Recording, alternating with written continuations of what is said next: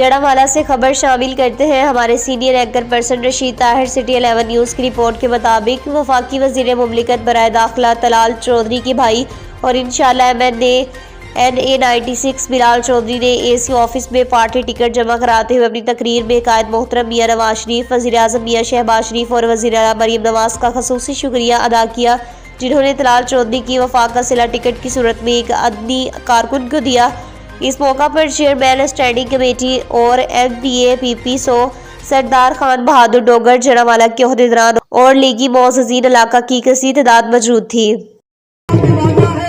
آپ نے وفاداری کا صلہ دیا طلال چودھری کو،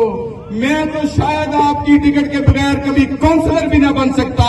لیکن آپ کی ٹکٹ نے مجھے باحیثیت بنا دیا۔ میاں صاحب آپ کا بہت شکر گزار ہوں۔ اللہ تعالیٰ کی کرم نوازی سے آج یہ میں نہیں کہہ رہا، انشاءاللہ جڑاوالا کا ہر گھر بتائے گا کہ میاں نواز شریف کی محبت ہر گھر میں موجود ہے، میاں نواز شریف کا پیار ہر گھر میں موجود ہے۔ میاں صاحب آپ کی دی ہوئی ملک کی ترقی لوگوں کے دلوں میں بستی ہے، آپ کا پیار لوگوں کے دلوں میں بستا ہے۔ میاں صاحب میاں شہباز شریف صاحب کا پوری دنیا میں ملک کا نام روشن کرنا، اور محترمہ مریم نواز چیف منسٹر پنجاب، ان کے انیشیٹوز نے آج نوجوان سے لے کے بوڑھے تک کو